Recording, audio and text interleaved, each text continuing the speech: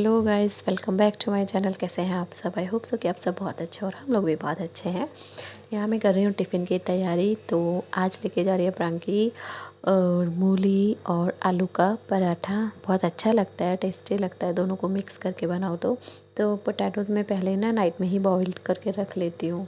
तो बॉईल करके रख लिए थे उनको ना, मैंने कद्दूकस किया और मूली को भी कद्दूकस किया था और उसके बाद उसमें से जितना भी पानी है ना उसको निकाल दिया था, मतलब कि निचोड़ दिया था और उनको फिर साथ में एक साथ मिक्स कर लिया। तो मैं सबसे पहले इसमें थोड़ी सी 1 चम्मच कसूरी मेथी डालूँगी और उसके बाद स्पाइसी आप अपने अकॉर्डिंग रखिएगा, थोड़ा ज़्यादा या कम। और 1 चम्मच इसमें मैंने किया था धनिया पाउडर और फिर आधा चम्मच लगभग इसमें गरम मसाला, थोड़ा सा चिली पाउडर, ज़्यादा मसाले ऐड नहीं कर रही हूँ। और साथ के साथ में फिर नमक आप अपने अकॉर्डिंग डालिएगा क्योंकि आटे में भी नमक रहता है।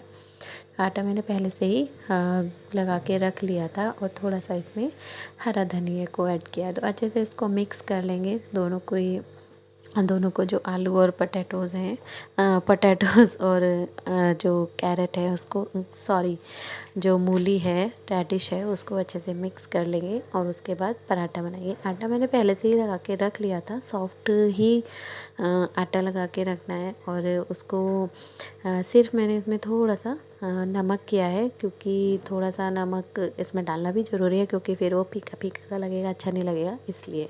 तो बस उसको फिर इसमें फिलिंग भरनी है और उसके बाद उसको बेल लेना है, सेम एज़ पटाटोज़ पराठा क्योंकि फेवरेट होता है ना सबका आलू का पराठा, इसलिए मैं उसी का एग्जांपल देती हूँ।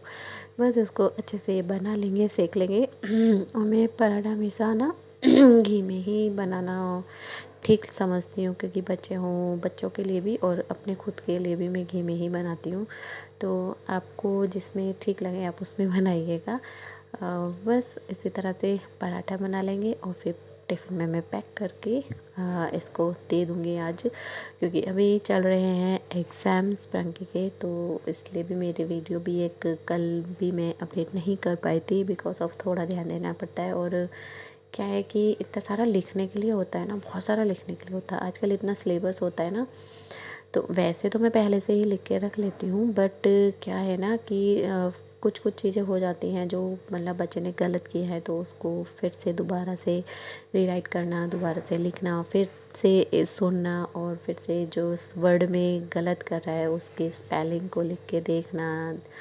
तो काफ़ी लंबा सा प्रोसेस हो जाता है सभी की अभी एग्ज़ाम्स चल रहे हैं तो सभी की यही हालत होगी कि एग्ज़ाम्स उस पे ज़्यादा ध्यान देना पड़ता है, इसलिए वीडियो भी नहीं कंटिन्यू हो पा रही है। अभी 14 तक हैं उसके एग्ज़ाम, उसके बाद रिलैक्स है, थोड़े दिन के लिए छुट्टियाँ होंगी। चलिए हम आ जाते हैं अपने पराठे पर तो बस यहाँ पराठा भी तैयार हो चुका है और मैं ये पराठा इसको सॉस के साथ ही दूँगी। हम लोग क्या है कि जो मैं प्रांकी को टिफ़िन में देती हूँ वही बाद में हम लोग भी खा लेते हैं। तो यहाँ पराठा भी लगभग रेडी ही हो गया है। और जैसे हम खुद ब्रेकफास्ट करते हैं तो आप इसको दही के साथ भी खा सकते हैं, दही के साथ तो और भी अच्छा लगता है पराठा। लेकिन टिफ़िन में मैं सॉस के साथ ही दे रही हूँ क्योंकि सॉस क्या है ना कि बच्चों को पसंद भी होती है और उसके बहाने से वो खा भी लेते हैं। वैसे मूली और आलू का पराठा एक ऐसा है जो पसंद आता ही है। जो पराठे जो फिलिंग वाले पराठे होते हैं ना वो अधिकतर मोस्टली सबको पसंद आते ही आते हैं।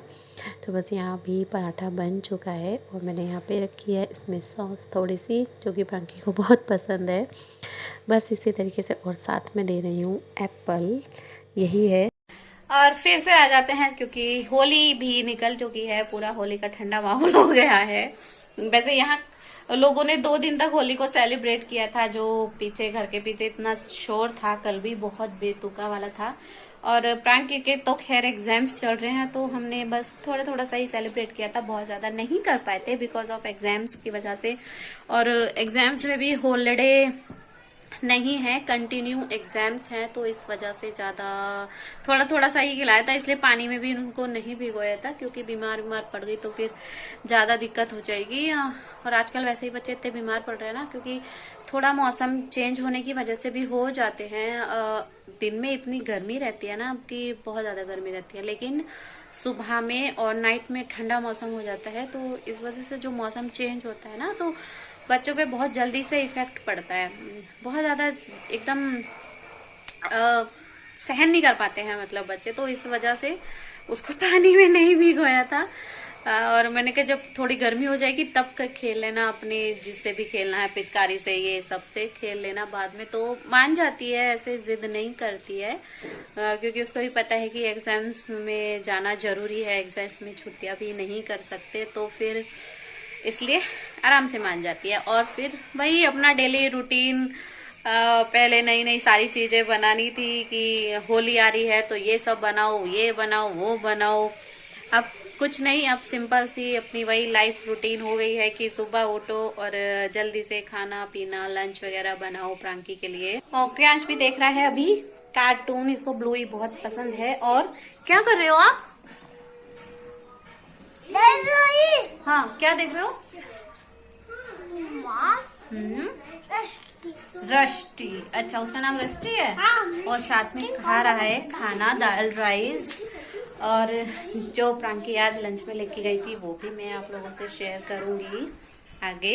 और प्रांकी भी आ गई है अभी स्कूल से, अब इसकी जल्दी से छुट्टी होने लगी है 12 बजे, लेकिन आज बहुत देर लग गई, तो अब उसकी जल्दी छुट्टी होने लगी है। पहले तो होती थी 1:45 पे, बट अब 12 o'clock पे छुट्टी होने लगी है। तो क्योंकि एग्जाम्स हैं और फिर बोर्ड के एग्जाम्स भी है ना, तो इसलिए थोड़ा जल्दी टाइम कर दिया, वरना फुल डे ही स्कूल था। पता नहीं क्यों था, ये मुझे समझ में नहीं आता, जब एग्जाम है तो फुल डे क्यों है।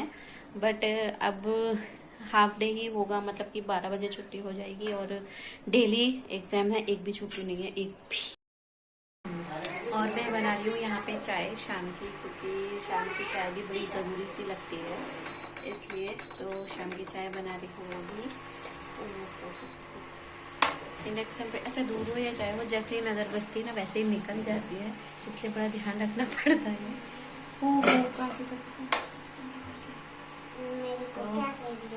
मैं तुमको कुछ नहीं कह रही हूँ मम्मी। हाँ हाँ, अब नहीं निकलेगी, एक बार बॉइल्ड हो जाती है तो स्लो कर दो, फिर नहीं निकलती है। तो चलिए फिर हम पीते हैं चाय और फिर मिलते हैं दूसरे ब्लॉग में। तब तक के लिए बाय, और ध्यान रखिएगा अपना और सभी लोगों का। बाय।